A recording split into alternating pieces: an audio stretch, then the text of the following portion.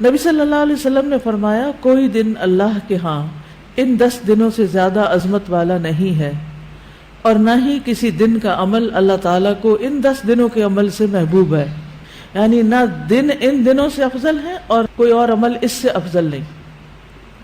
پس تم ان 10 دنوں میں کثرت سے لا الہ الا اللہ، اللہ اکبر اور الحمدللہ پڑھو، یعنی تحلیل، تکبیر اور تحمید۔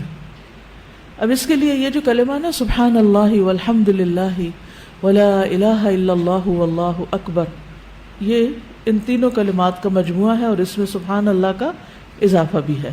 اسی طرح اللہ اکبر لا الہ الا اللہ واللہ اکبر وللہ الحمد، ٹھیک ہے، اس میں بھی تینوں چیزیں آ جاتی، الحمد بھی آ جاتی ہے، اللہ کی حمد بھی آ جاتی ہے، اور لا الہ الا اللہ اور اللہ اکبر بھی آ جاتا ہے۔ صحابہ کرام جو تھے ان میں سے ابن عمر اور ابو ہریرہ رضی اللہ عنہما ان 10 دنوں میں بازار کی طرف نکل جاتے اور دونوں تکبیرات پڑھتے، یعنی مل کے بھی پڑھتے۔ لوگ ان کی تکبیر سن کر تکبیر کہتے، یعنی یہ پڑھتے تو جو سنتا تو وہ بھی کہنا شروع کر دیتا۔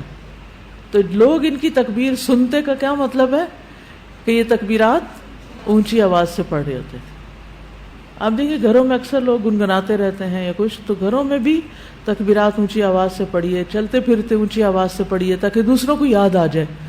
اونچی آواز سے پڑھنے کا مقصد اصل میں کیا ہے؟ یاد دہانی، کہ دوسرے لوگ بھی پڑھنا شروع کر دیں۔